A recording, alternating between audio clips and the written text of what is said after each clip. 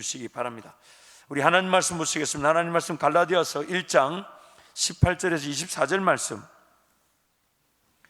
우리가 지금 특별 새벽기도 안에 갈라디아서 말씀 보고 있는데요, 금요체라도 갈라디아서 말씀을 연이어서 가도록 하겠습니다. 갈라디아서 1장 18절 24절을 우리 함께 하나님 말씀을 함께 선포합니다. 그 3년 만에 내가 게바를 방문하려고 예루살렘에 올라가서 그와 함께 15일을 머무는 동안 주의 형제 야고보 외에 다른 사도들을 보지 못하였노라. 보라, 내가 너에게 쓰는 것은 하나님 앞에서 거짓말이 아니로다. 그 후에 내가 수리아와 길리기아 지방에 이르렀으나 그리스도 안에 있는 유대의 교회들이 나를 얼굴로는 알지 못하고 다만 우리를 박해하던 자가 전에 멸하려던 그 믿음을 지금 전한다함을 듣고 나로 말미암아 하나님께 영광을 돌리니라. 아멘. 아멘. 따라합니다. 나로 말미암아 하나님께 영광을 돌리니라. 영광을 돌리니라. 따라할 때는 손도 따라 하시는 거예요. 자, 다시 한 번 더. 나로 말미암아 하나님께 영광을 돌리니라. 이 사도 바울의 그 박해가 나중에 하나님께 큰 영광이 되는데 오늘 우리 삶이 그럴 것입니다. 먼저 여러분, 첫 번째는 사도 바울의 회심 사건과 그 후의 행적들을 갈라디아서와 사도행전의 말씀을 토대로 한번 정리해 봤습니다. 첫 번째는 다메섹 도상에서 사도 바울이 주님을 만나 회심하게 되죠. 그리고 회심 이후에 다메섹의 각 해당에서 주님을 전했다라고 사도행전에 말씀하고 있습니다. 그런데 그 다메섹에서 주님을 전하니까 지금 사도 바울이 다메섹에 예수 믿는 자들을 죽이러 가는 길에 주님을 만나가지고 예수 믿는 자들을 죽이러 가는 자가 도리어 예수를 전하는 자가 되었으니 유대인들이 가만두지 않겠죠. 그래서 그 다메섹 복음을 전하다가 유대인들의 그런 위협을 느껴져 다메섹 성벽에 광주리를 타고 도망가게 됩니다. 그래서 아라비아로 가서 주님과 독대하게 되고 그리고 다메섹으로 다시 돌아오게 되죠. 그리고 첫 번째 예루살렘으로 방문해서 바나바가 중지하여 제자들과 교제하며 복음을 전하는데, 또한 15일을 예루살렘에 머물다가 핍박으로 인해서 가이사랴 항구를 지나 고향인 다소로 내려가게 됩니다. 성경을 보면 제자들이 사도 바울을 다소로 내려보냈다라는 기록이 있습니다. 그리고 그 다소에서 약 13년에서 14년이라는 시간을 보냅니다. 역사가들의 기록에 따르면 또한 이 사도행전 전체의 그 시간을 볼 때 사도 바울이 다소 자기 고향이거든요. 고향에서 약 13년에서 14년이라는 시간을 그냥 보내게 됩니다. 그리고 수리기아와 길리기아를 방문하여 복음을 전하고 하나님께 영광을 올려드린 다음에 바나바가 다시 사도 바울을 데리고 안디옥 교회로 가서 안디옥 교회에서 바나바와 함께 섬기게 되죠. 그리고 우리가 잘 아는 대로 예루살렘의 흉년으로 인해 안디옥에서 모은 구제연금을 가지고 이 바나바가 바울이 예루살렘에 재차 방문하고 제자들과 교제하고, 그리고 그제서야 그 제자들이 사도 바울을 통한 이방인들의 교회, 이방인들이 주교로 돌아온다는 것을 하나님께 영광을 올려드리게 됩니다. 그리고 이제 그 이후로 전도 1차, 2차, 3차, 4차에까지 이제 소아시아와 유럽에까지 복음을 전하고, 사도행전은 사도 바울이 로마로 가서 복음을 전하는 것으로 이렇게 내용을 기록을 마치고 있습니다. 결국 이 사도 바울의 회심 사건, 이것은 바로 사도 바울이 핍박하던 예수를 사도 바울을 통해 하나님 예수님은 도리어 영광을 받으셨다는 거예요.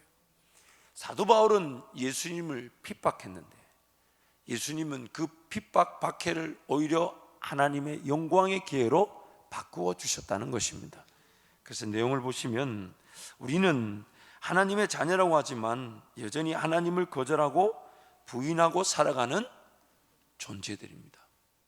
오늘 이 자리에서 우리가 예배를 드리지만 우리가 일주일의 삶을 여러분 뒤돌아볼 때에 과연 나는 얼마나 성령 하나님을 쫓아가고 성령 하나님과 동행했을까? 그런 평가를 해본다면, 그리고 한 가지 더 질문을 던진다면, 만약 내가 성령 하나님을 의지하지 않고 성령 하나님과 함께 동행하지 않았다면 나는, 내 삶은 누구를 위해, 무엇을 위해 산 것일까? 누차 강조하지만 우리란 존재는 성령 하나님을 쫓아가지 않으면 죄를 이길 수도 없고 육신의 소욕을 이길 수도 없습니다. 이미 우리는 육신의 소욕에 사로잡혀 있습니다. 삶이라는 것이 성령 하나님의 지혜와 인도하심이 없이 안 사라지면 좋겠지만 그렇지 않잖아요.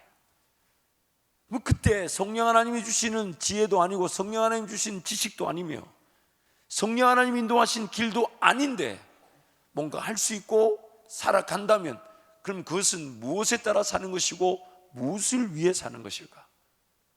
성경이 이렇게 말합니다. 육신을 위해 사는 것이다. 결코 내가 의도하지 않고 내가 바라지 않지만 나는 가만히 내버려 두면 자동적으로 알아서 하나님을 거절하고 하나님을 부인하고 육신을 따라 사는 자라는 겁니다. 제가요. 그리고 여러분이 지금도 어떤 죄에 사로잡혀 있는지 모른 채 살아가고 있을 수 있습니다. 지금도 어떤 죄에 사로잡혀 있는지 모른 채 사로잡혀 있을 수 있습니다. 하나님의 인도하심에 따라 하나님의 나라와 영광을 위해 산다고 하지만 자기 욕심과 정욕을 이루고자 덤벼들고 있을 수 있습니다. 내 욕심, 내 욕구, 내 정욕을 이루려는데 겉으로는 하나님 나라와 영광을 위한 거라고 말할 수 있다는 거예요. 자기 자신을 지키기 위해, 자기 생각을 지키기 위해, 자기가 옳다는 것을 증명하기 위해 하나님을 이용하고 하나님 나라를 들먹일 수 있습니다. 돌아보면 정말 그런 나 자신을 발견할 때마다 경악하게 됩니다. 와, 내가 이 내 욕심을 이루려고, 그리고 내 말 한마디, 내 행동을 지키려고 그것 때문에 이렇게 내가 소리내고 싸우고 분란을 만들고 그걸 나를 관철하기 위해, 내가 지금 나를 지키기 위해 하나님을 이용하고 있구나. 여러분은 그렇지 않으신지 몰라도 저는 말씀을 준비하면서 그런 저 자신을 발견했습니다. 그때는 정말 그런 의도가 아니었는데 내 내면의 깊숙한 곳에서 저 자신도 모르게 내가 도대체 왜 여기서 이렇게 흥분하고 소리를 내고 뭔가 관찰하려고 하고, 도대체 내가 뭘 원하기 때문에, 세상 부귀영화를 원한 것도 아니고 정말 하나님 나라와 영광이 긴 줄 알고 덤벼들었는데 왜 이런 다툼이 나고 왜 이런 소리가 나고 왜 이런 싸움이 날까? 그래서 기도하면서 하나님께 묻고 자꾸만 묻고 내 내면 깊숙한 곳에 나도 모르는 사이에 자리 잡고 있는, 여러분 잊지 마십시오. 우리는 의식하든 의식하지 않든 죄의 지배를 벗어날 수 없는 존재들입니다. 의도했든 의도하지 않았든 죄의 지배를, 죄의 권세를 헤어나지 못하는 존재가 바로 저와 여러분이에요. 사도 바울 보세요. 예수님을 기다린다 하면서 하나님을 제대로 섬긴다면서 그 예수를 죽였고 예수를 따르는 일을 죽이려고 박해하던 자, 다름 아닌 예수를 반대하고 거절하는 자들은 세상에 있지 않아요. 그들은 예수를 모를 뿐이에요. 예수를 모를 뿐이에요. 예수를 거절하고 박해하고 부인하는 자들은 바로 이 예배당 안에 있습니다. 옆에 분 한번 봐주시죠. 그가 사도 바울일 수 있습니다. 나도 그럴 수 있지만 예수 그리스도와 그분의 교회를 위한다고 하면서 마귀 공격의 도구로 내 생각이, 내 방법이 쓰여지고 있을 수 있습니다. 단 한 번도 의도하지 않았지만 하나님의 교회와 나라를 박해하고 핍박하는 자리에 서 있을 수. 여러분 오늘 뭐 많이 불편하세요? 이렇게 오늘 반응을 오늘 좀 잘 안 하세요. 참 우리란 존재를 발견한다는 것은 하나님의 은혜가 끝이 없는 것처럼 다른 존재를 발견하는 것도 끝이 없는 것 같아요. 왜 그러냐면 이 죄의 힘이라는 것, 죄의 권세라는 게 이게 얼마나 큰지, 어제까지 혐오하고 어제까지 멀리하던 죄가 오늘 내가 지을 수 있잖아요. 절대로 짓지 말아야 됐던 죄를 꼭 그것만 지어요. 다음부터는 절대로 이렇게 안 해야지. 결단하면 결단한 나 자신이 미워요. 차라리 결단이나 하지 말걸. 그것만 무너지고 그것만 약하고, 또 사람마다 유독 약한 게 다 있잖아요. 유독 자기 약한 부분이 있잖아요. 유독 그것만 어떻게 그렇게 마귀가 공격을 하는지. 나 자신을, 이 죄 가운데 사로잡혀 있는 나 자신을 발견한다는 것은 끊임없는 싸움이며, 그래서 주님 다시 오시는 그날까지 영원히 주님만 바라봐야 된다는 것을 나를 보면 깨닫게 되는 것이에요. 예수만 바라봐야 된다는 것은 다른 것이 아닌 나 자신의 영적 형편을 발견하면 예수만 바라볼 수밖에 없습니다. 하나님께서 그러한 죄인인 나를 통해 하나님의 선한 역사를 이루시고 교회를 부흥케 하시는 이 계기를 만드신다. 이게 바로 은혜죠. 그래서 이것이 모든 죄 가운데 구원을 얻고 하나님의 자녀가 된 죄성을 가진 의인들에게 공통적으로 반드시 일어나는 현상인데, 그 현상이 뭐냐면 하나님을 얼마나 부인하고 거절하고 반역하고 배반하며 하나님의 나라와 영광을 위해 얼마나 쓰임 받을 수 없는 존재인가를 철저하게 깨닫게 하시는 겁니다. 우리란 존재는 처음부터요, 깨끗해져 있어 뭔가 부어서 쓸만한 상태가 아닙니다.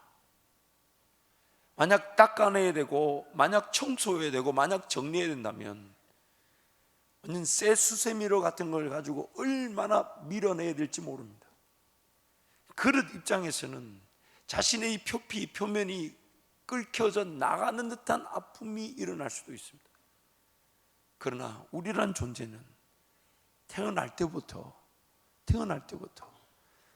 하나님과 결코 어울리지 않을 뿐만 아니라 하나님을 배반하고 거절하고 부인하고 반역하고 떠나고, 하나님 그분이 결코 쓰실 수 없는, 차라리 가치가 없는 존재로만 있으면 좋겠어요. 무슨 얘기냐면 그냥 비어져 쓸모없이 못 쓰고 버려진 상태면 좋겠는데, 겉으로는 하나님의 자녀인데 속으로는 온갖 저주가, 온갖 거짓이, 온갖 나쁜 게 다 터나오면서 이렇게 막 돌아다녀. 차라리 아무 일도 안 하는 그릇이면 좋겠는데, 태어날 때부터 죄인으로 태어나가지고 가만 내버려두면 하나님의 영광 가릴 뿐만 아니라 나를 통해 예수를 안 믿겠다는 일이 일어날 수가 있다는 겁니다. 그래서 죄인됨의 현주소를 깨닫지 못하면 평생에 하나님을 인격적으로 경험해 보지 못한 채 자기 만족을 위한 종교 생활에 빠져버리게 됩니다. 오늘 이 자리에도 우리가 예배와 기도를 사모하면서 왔는데, 오늘 우리의 이 기도, 우리의 예배의 첫 번째 조건이 무엇이냐면, 내가 얼마나 죄인이며 내가 얼마나 하나님께 어울리지 않는가를 절감하고 있는가. 그래서 예수 그리스도의 이름의 권세로 하나님 나를 긍휼히 여겨주지 않으시면 아니 되고, 하나님 나를 불쌍히 여겨주지 않으시면 아니 되고, 하나님 나를 붙들어 주지 않으시면 아니 되는, 하나님 없이는 아무것도 아니라는 것을 고백할 수 있는 것, 그게 바로 구원 얻은 저와 여러분이 누리는 은혜입니다. 죄인됨의 현주소를 잊지 말아야 되는 것, 그렇게 은혜를 누리고 그렇게 하나님과 동행했지만 오늘 또 마음을 잃어버릴 수 있고, 오늘 또 어디서 어떻게 쓰러지고 넘어질지를 모르는 죄인입니다. 오히려 뭔가 주님과 함께 동행했다면 동행했다 할수록 나중에 더 무너짐이 심할 수도 있는 그런 죄인입니다. 그 죄인됨의 현주소를 잊어버리면 결국 신앙생활은 내가 하나님 앞에 그저 드린 것, 바치는 것, 할 수 있는 것, 구별한 것, 예배한 것, 기도한 것, 이것만 남게 됩니다.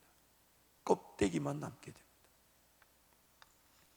하나님을 박해하던 자가 하나님의 은혜로 예수 그리스도를 믿는 믿음을 전하는 자로 바뀌는 것, 이것이 바로 구원의 은혜이며 모든 이들에게 영광이 되는 것입니다. 각 성도들마다 어떤 개별적인 어떤 이 차이, 정도의 수준은 좀 있을 수 있겠지만은 반드시 선제되는 이 경험이 있습니다. 하나님의 은혜를 누리게 될 때 선제되는 경험이 뭐냐면 엄청난 실패, 엄청난 죄, 엄청난 실수, 엄청난 좌절을 경험하는 자들이 은혜 앞으로 달려나온다는 거예요. 우리는 선하지가 않기 때문입니다. 그런데 뭔가 포장하고 뭔가 자기 자신을 감춘 채 그저 조심조심히 자기를 드러내지 않은 채 그러면서 종교 생활, 예배 생활, 헌금 생활, 기도 생활을 한다 할 때 평생의 인격적인 만남 없이도 신앙인으로 있을 수 있습니다. 무조건 이 실수와 실패와 죄가 발견되고 그 가운데 은혜를 누려야 되냐? 저는 확신합니다. 무조건입니다. 왜냐하면 그 죄가 없는 자는 이 땅에 존재하지 않기 때문이에요. 그렇다고 해서 우리가 그 은혜를 누리기 위해 일부러 죄 가운데 가고 일부러 죄를 취하고 일부러 죄를 선택한 적은 없습니다. 그래서 종종 이렇게 상담을 해보면요, 깜짝깜짝 놀라는 얘기를 해요. 그게 뭐냐면 나는 이런 일을 당할 만한 일을 하지 않았다는 거예요. 와, 그 얘기 들을 때는요 상대할 수가 없어요. 왜냐하면 정신이 나가도 보통 나간 게 아니에요. 자기의 죄인됨의 현주소를 경험해 보지를 못한 거예요. 얼마나 더러운지, 얼마나 죄에 사로잡혀 있는지, 얼마나 불쌍한지, 얼마나 연약한지, 하나님 은혜가 아니면 아무런 가치가 없는 자기 존재를 한 번도 발견해 보지를 못한 거예요. 그래서 기도의 은혜가 없는 겁니다. 그래서 예수 그리스도 한 분이면 만족이 안 되는 거예요. 그래서 하나님께 달려나올 때마다 그 예배에 대한 기대, 기도에 대한 기대가 없을 수 있다는 겁니다. 왜냐하면 나의 죄인됨의 현주소, 사도 바울이 지금 주님을 박해하고 주님을 만나 주님께 영광 돌리는 이 장면을 보면서 우린 단순히 주님을 더 만나기만 바랄 것이 아니라 나도 사도 바울처럼 하나님을 섬긴다며 예수를 따르는 죽이는 그 사도 바울처럼 나도 그렇게 주님을 거절하고 주님을 배반하며 주님을 원망하고 주님을 떠날 수 있다는 것이 오늘 성경의 고발입니다. 내가 지금도 어떤 죄악 가운데 헤매고 있는지 모릅니다. 지금도 뭐가 틀린지 모르고 붙들고 있는지도 모릅니다. 지금도 내가 하나님이 아닌 내 욕심, 내 정욕에 사로잡혀 하나님을 이용하려고 덤벼들고 있을지도 모릅니다.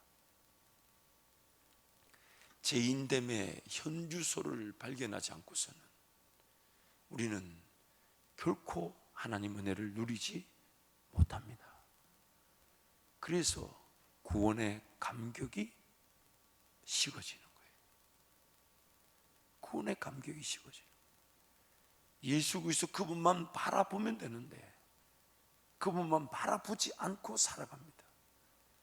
결국 그 방식, 그 방법이 하나님을 거절하고 있는데 거절하고 있는 줄을 모르는 거예요. 예수만 바라봐야 되는데 예수만 바라보지 않고도 뭔가 방법이 있는 듯, 아이디어가 있는 듯, 계획이 있는 듯 뭔가 사라지는 것 자체가 하나님의 인도하심, 성령에 불순종하고 있는 것인데 그것을 인지하지 못하는 것.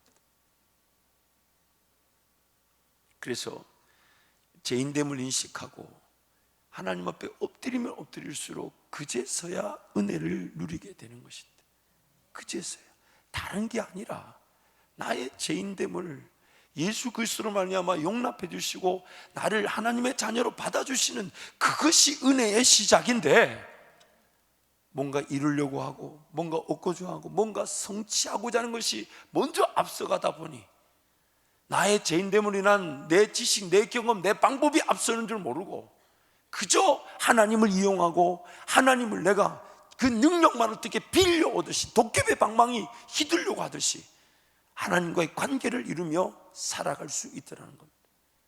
그래서 예배 중심, 기도 중심, 교회 중심, 말씀 중심, 성령 하나님을 중심으로 모시고 사는 삶이 식어지게 될 수 있더라는 거예요. 그러므로 오늘 우리 자신들을 이 사도 바울의 모습을 보고 발견하기를 축복합니다. 하나님의 은혜에 걸맞지 않는 자인데 하나님 지금 이 순간 살려주신 것도 감사한데 그러나 이 죄인됨을 벗어나지 못해 지금도 어떤 죄로 어떻게 하나님을 거절하고 불순종할지 모르니 하나님 나를 긍휼히 여겨 주옵소서. 나를 불쌍히 여겨 주십시오.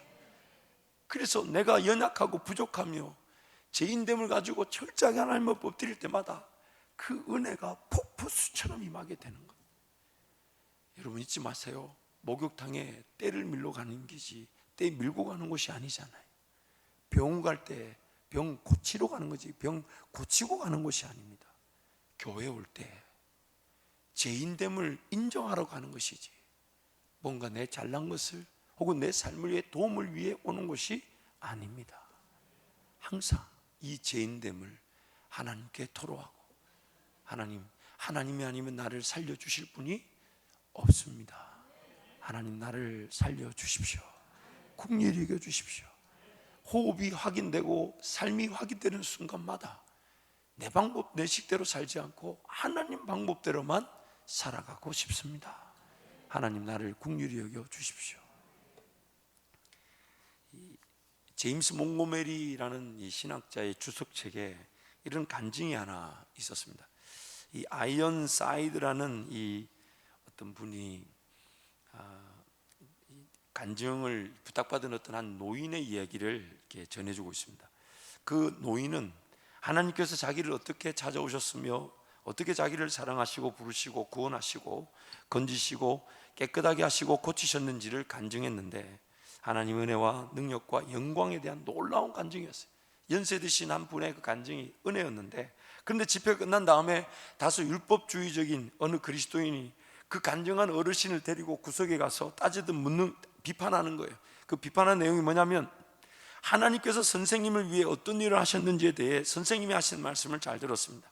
하지만 선생님은 그 일에 선생님이 어떤 역할을 했는지에 대해서는 아무 언급도 하지 않았습니다. 구원은 사실 일부는 우리 몫이고 일부는 하나님의 몫입니다. 선생님은 선생님의 역할에 대해 뭔가 언급을 했어야 마땅합니다. 우리끼리 종종 그런 얘기 하잖아요. 하나님이 할 일이 있고 내가 할 일이 있다. 그런 식의 그 비판을 가지고 이제 이 어른에게 덤벼든 거예요. 그러자 그 간증을 하셨던 연세 드신 그리스도인이 맞습니다 라고 말하면서 하는 말이 그 점에 대해서는 사과합니다. 내 역할에 대해서도 말씀을 했습니다. 내 역할은 도망치는 일이었고 하나님의 역할은 나를 붙잡으실 때까지 내 뒤를 쫓아오시는 일이었습니다. 저는 이걸 이렇게 좀 바꾸고 싶어요.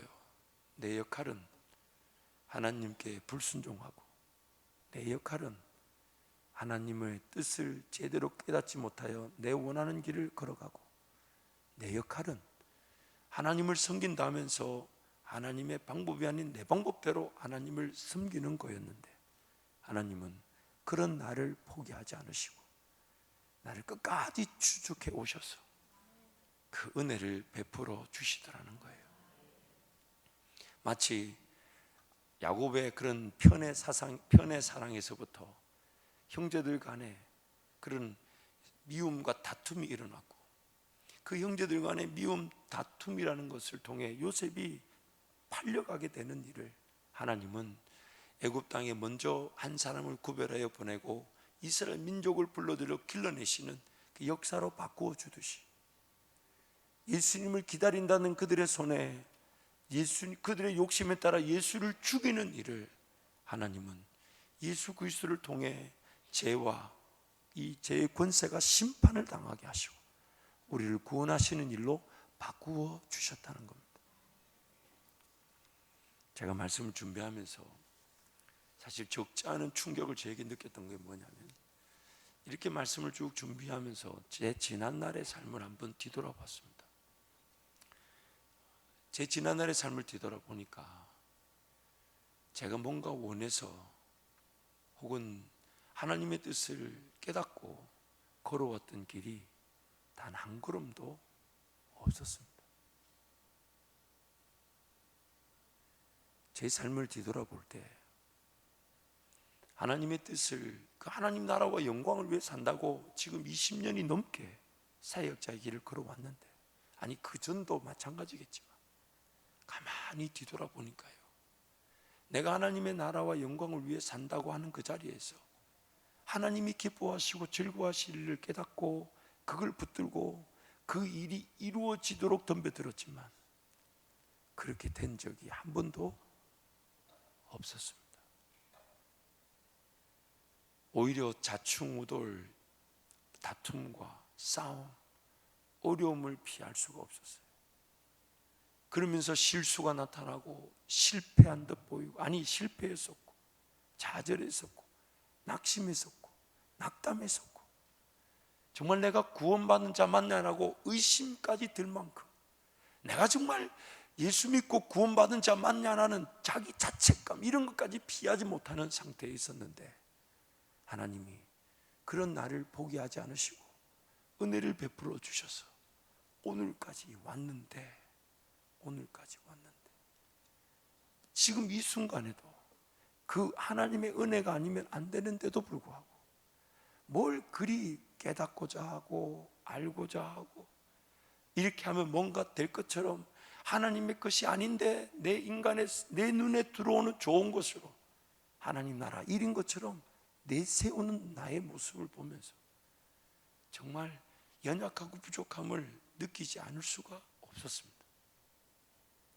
뒤를 돌아보면 단 한 걸음도 제대로 일을 깨닫고 계획하고 진행해서 열매를 봤던 것이 한 번도 없었어요.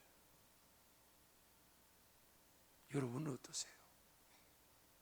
오늘 이 자리에 이렇게 올 줄 여러분 알고 계셨습니까? 오늘 이 자리에 이렇게 올 줄 알고 계셨어요? 그런데도 우리는 그 은혜면 충분하다 그 말을 하지 않은 채 뭔가 좀 더 다른 게 있어야 되고, 뭔가 좀 더 구체적인 거, 그리고 내가 뭔가 일하지 않으면 안 될 것처럼 여기면서 그렇게 살아왔고 또 살아가고 있을 수 있습니다.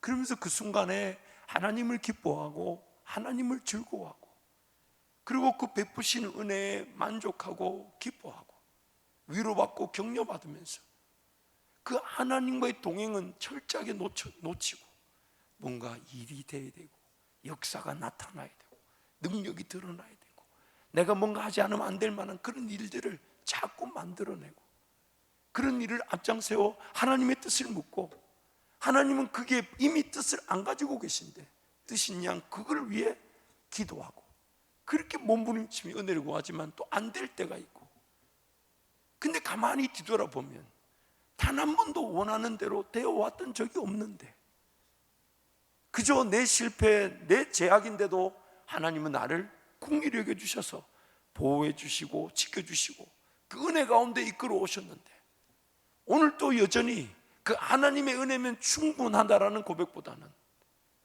하나님 그분의 뜻보다 내 뜻이, 내 생각이, 심지어 내 삶이 하나님과의 관계보다 우선이 되어져서 먼저 먹어야 되지 않냐, 마셔야 되지 않냐, 입어야 되지 않냐, 살아야 되지 않냐,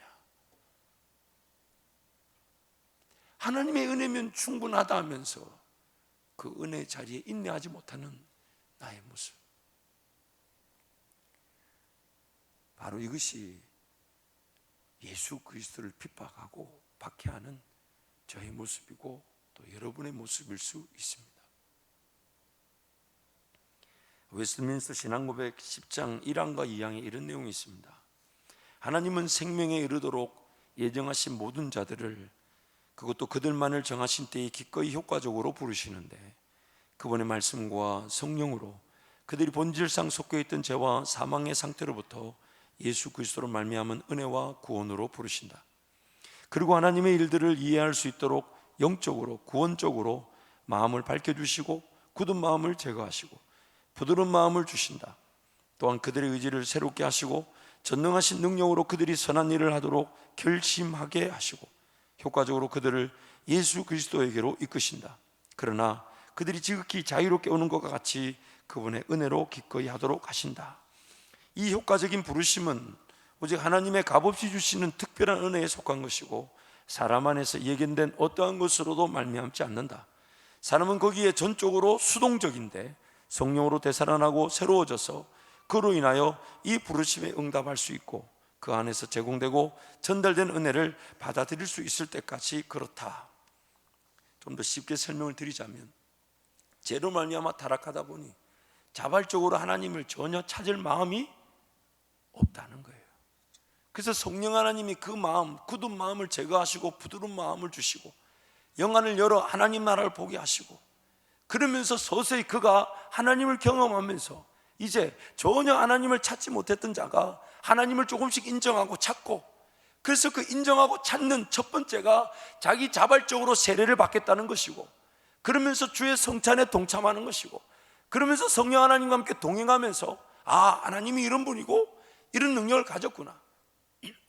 그래서 그분을 이제는 어쩔 수 없이 수동적으로 하는 것이 아니라 자발적으로 자진해서 자원해서 하나님을 찾고 붙들게 되는 그런 예배자가 된다는 겁니다. 예배자가 된다는 거예요. 그 예배를 통해 그가 그 순간에 아무 일이 일어나지 않아도 예배하는 것만 해도 행복하고 기도하는 것만 해도 즐거운데, 하나님 뭔가 하나님 그분의 계획과 뜻과 정확한 시간에 하나님의 일을 그 기도하는 사람을 통해 나타내시더라는 거예요. 그래서 우리가 하는 말이 뭡니까? 이건 내가 한 것이 아니라 내 안에 예수께서 하신 것이고, 이건 내가 한 것이 아니라 하나님의 은혜라고 고백하면서, 나는 이런 일이 계획될 줄도 몰랐고, 나는 이런 일이 나타날 줄도 몰랐고, 나는 이런 일이 이런 결과로 영광을 올려드리게 될 줄 몰랐는데, 나는 그저 기도하는 것만 해도 즐거웠고 하나님의 은혜를 사모하는 것만 해도 즐거웠고 이 죄인된 나를 하나님이 용납해 주신 것만 해도 감사했는데, 하나님은 하나님의 일을 나타내시더라는 것입니다.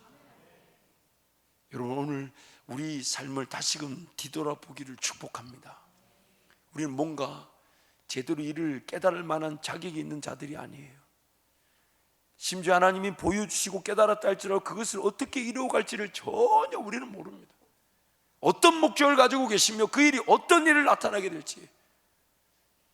오늘 우리의 삶의 자세는 정말 하나님을 기대하면서 나의 죄인됨의 현주소를 철저하게 인정하고, 그래서 기도할 때마다 누군가 나에게 물을 때마다 뭐가 그렇게 통곡할 일이고 뭐가 그렇게 아픈 일이냐고 물을 때마다 나의 이 죄인됨이, 하나님을 거절하고 반역하며 부인할 수밖에 없는 이 죄인됨이 하나님께 너무 죄송해서, 그래서 하나님 은혜를 구하고 하나님만을 바라본다고 할 때에 하나님이 나를 만져주시고 하나님 나를 위로해 주실 때에, 여러분 뭔가 아무것도 안 나타나도 괜찮잖아요.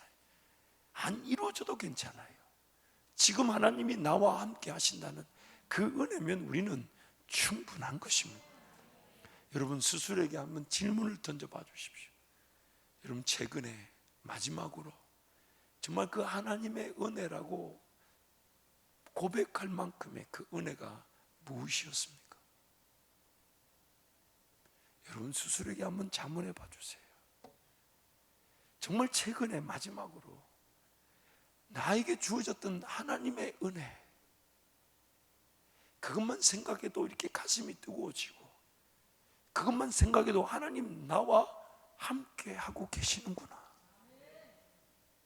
여러분 스스로가 한번 언제 어떤 은혜가 있었습니까? 언제요? 행여나 그 은혜, 기억조차 나지 않는 은혜도 없이 살아가고 있지 않을까요? 이게 두려운 거죠. 이게 두려운 거죠. 그 은혜가 없으니 내 현실의 삶을 감당할 능력이 없는 겁니다. 그 은혜가 없으니 예배하러 갈 마음이 없는 거예요. 그 은혜가 없으니 예배하러 왔는데도 형식적인 시간됨으로 끝나버릴 수 있다는 거예요. 그 은혜가 없으니 기도할 마음이 없고, 그 은혜가 없으니 찬양을 불러도 기쁘지가 않은 거예요. 그럼 그 은혜를 어떻게 하면 누릴 수 있습니까? 그 은혜를 어떻게? 내 일이 해결되어져야 돼요.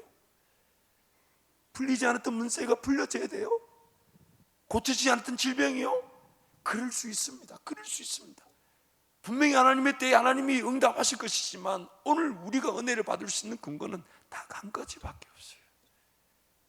이 죄인된 나를 예수님이 죽어주셨고 오늘 또 그 예수 이름으로 내가 하나님 앞에 무릎을 꿇고 하나님 은혜를 구할 수 있다는 것, 이것이 바로 오늘 우리가 은혜를 누리는 유일한 근거가 되는 것인데, 여러분 언제인 것 같아요? 하나님 은혜를 언제, 마지막으로 언제 맛보고 누리셨습니까? 언제 하나님이 나를 만져주셨습니까? 언제 하나님이 나를 위로하셨습니까? 언제 하나님이 나로 하여금 하나님 한 분이면 충분합니다 라고 고백하게 만들어 주셨습니까? 언제 그 간절함으로 정말 하나님이 아니면 안 된다고 매달렸을 때 하나님 나를 만져주셨던 그때가 언제였습니까? 만약 그것이 아직 기억이 나지 않고 멀게 느껴진다면 오늘 이 밤이 되시기를 축복합니다. 오늘 이 밤이 되시기를 축복합니다. 다른 게 필요한 게 아니라 오늘 우리는 하나님의 은혜가 필요한 자들. 고린도전서 15장 9절에 10절 말씀을 함께 선포하겠습니다. 나는 가장 작은 자라. 나는 하나님의 교회를 박해하였으므로 사도라 칭함받기를 감당하지 못할 자니라. 그러나 내가 나 된 것은 하나님의 은혜로 된 것이니 내게 주신 그의 은혜가 헛되지 아니하여 내가 모든 사도보다 더 많이 수고하였으나 내가 한 것이 아니요 오직 나와 함께 하신 하나님의 은혜로라. 갈라디아서 6장 14절 말씀도 함께 선포합니다. 그러나 내게는 우리 주 예수 그리스도의 십자가 외에 결코 자랑할 것이 없으니 그리스도로 말미암아 세상이 나를 대하여 십자가에 못 박히고 내가 또한 세상을 대하여 그러하니라. 종종 인생에 그런 어려움들을 겪고 아픔을 겪을 때마다 이렇게 상담을 하게 되면 참 목회자 입장에서 해줄 수 있는 말은요, 저도 뭐 가능하면 그가 원하는 전곡을 찌를 만한 그런 하나님의 분명한 뜻, 그래서 그 상담을 하러 온 성도도 들으면서 와, 목사님 왜 제가 그걸 몰랐죠? 이런 대화의 장면 항상 상상하면서 만납니다. 근데 만나면 해줄 말이 하나밖에 없어요. 우리 주님만이 은혜를 베푸십니다. 그러면 어김없이 저에게 막 반문합니다. 예수만 바라보는 거 말고요, 목사님 구체적으로 얘기해 달라고. 그럼 정말 저도 너무너무 죄송하고 너무너무 안타까워요. 구체적으로 해줄 말이 옛날에 해줬다가 같이 당했습니다. 목사님 이거 아닌데요 이럴 때 얼마나 미안하고 황당했던지 그때 알았어요. 아, 이게 내 생각이 든다고 해줬다가 이게 같이 죽는 일이구나. 제가 할 수 있는 일, 그리고 여러분이 여러분의 문제에 할 수 있는 일은 한 가지밖에 없어요. 그 문제를 해결하실 주님 앞으로 끌고 가는 것밖에 없어요. 주님한테 끌고 가서 주님 바라보고, 주님 이 인생의 문제에 나에게 허락하신 목적이 있으실 텐데 뭐 때문입니까? 그러다가 막 기도하다 보면 우리 기도가 바뀌잖아요. 그러다가 뭐라고 기도가 바뀝니까? 이 문제를 해결하지 아니하신다 할지라도 하나님은 나의 하나님이십니다. 그러면서 우리가 그렇게 그 순간에 참 답답지 않은 답을 누리면서 걸어온 게 이만큼까지 왔단 말이에요. 그래서 사도 바울의 고백처럼 나의 나 된 것은 오로지 주의 은혜다. 제가 목도 안 좋고 해서 찬양을 할 생각이 없었는데 지난 수요일 날 우리 장자학교 학생들 모임에 갔다가 우리 학생들한테 찬양을 한 곡 배웠어요. 그 찬양이 가사가 너무 좋아요. 가사가 너무 좋은데 제가 한번 찬양을 해볼 테니까요. 가사를 한번 불러드리면, 당신은, 이 예수님을 뜻해 당신은 시간을 뚫고 이 땅 가운데 오셨네.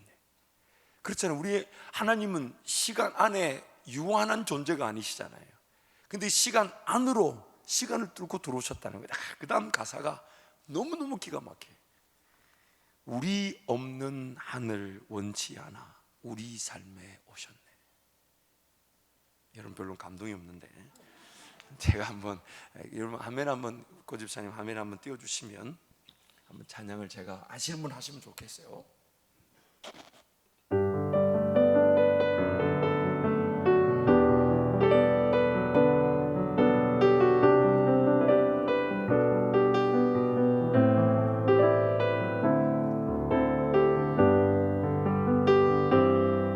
당신은 시간을 뚫고 이 땅 가운데 오셨네. 우리 없는 하늘 원치 않아 우리 삶에 오셨네. 자신의 편안 버리고 우리에게 평안 주셨네. 가장 낮은 자의 모습으로 우리 삶에 오셨네.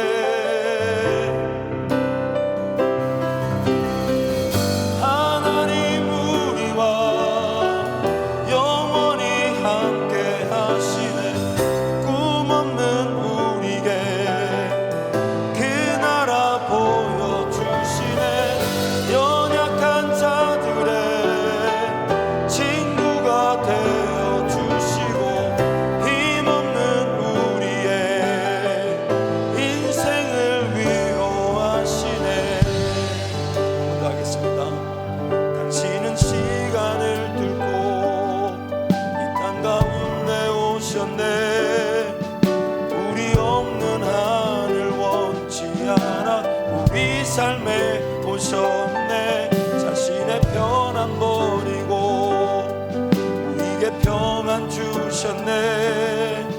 가장 낮은 자의 모습으로 우리 삶에 오셨네.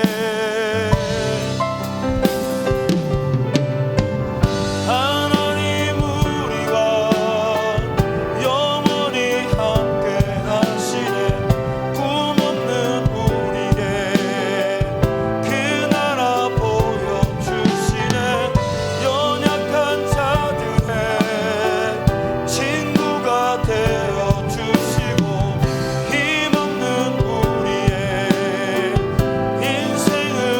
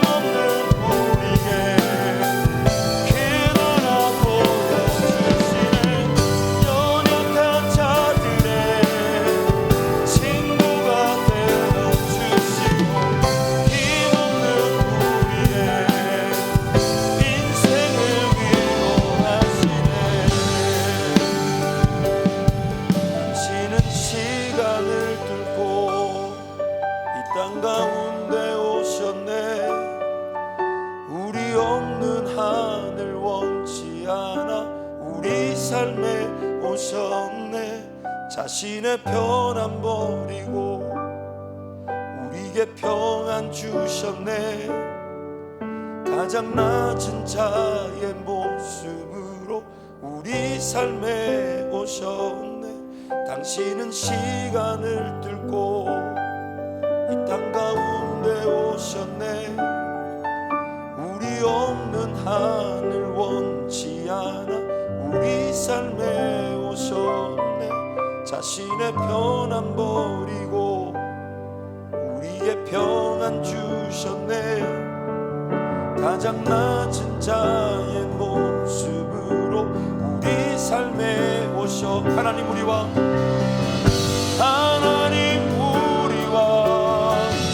영원히 함께 하시네. 꿈없는 우리에게 그 나라 보여주시네. 연약한 자들의 친구가 되어주시고 힘없는 우리의 인생을 위로하시네.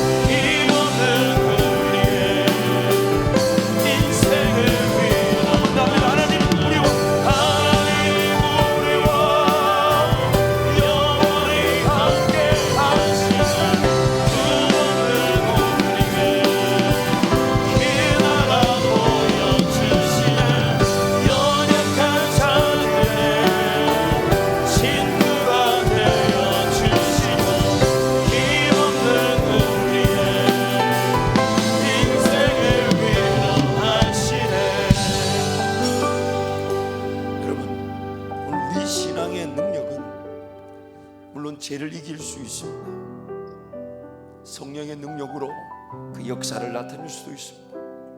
우리 인생의 문제를 풀어주시는 그 하나님 은혜를 누릴 수도 있습니다. 근데 여러분, 우리 신앙의 능력은요, 정도의 차이일 수 있고 개인의 차이일 수 있지만 한 가지는 분명한 게 뭐냐면, 항상 자신의 죄인됨을 알고 얼마나 빨리, 얼마나 자주, 얼마나 많이 하나님께 은혜를 구하는가, 얼마나 많은 죄를 이겼는가, 얼마나 많은 역사를 베푸셨는가. 그다 어차피 우리가 한 게 아니잖아요. 하나님이 하신 건데, 오늘 우리 신앙의 능력은 다름 아닌 내가 얼마나 자주, 얼마나 빨리, 얼마나 많이 나를 구원하실 분은 예수밖에 없다며 하나님 앞으로 달려 나오는가. 이것이 바로 우리 신앙의 능력인 것입니다. 이 시간 한번 통성으로 기도할 때, 하나님, 구원의 감격을 식어진 채 살아가지 않도록 하나님 나에게 은혜를 베풀어 주옵소서. 얼마나 추악한 죄인이었으면, 얼마나 더러운 죄인이었으면 십자가 형벌이 아니고서는 내 죄가 해결될 수 없었기에 예수님 나를 위해 나를 대신해서 내가 져고 내가 지고 내가 달려야 될 십자가에 달려주셨는데, 하나님 그 죄인됨을 날마다 기억하고 하나님께 달려나와 나의 죄인됨을 고백하며 하나님 말을 붙들고 날마다 그 구원의 감격을 따라 내 나를 구원하신 주님 한 분만으로 만족하는 나의 인생이 되게 하여 주옵소서. 주님, 저와 함께 기도합니다.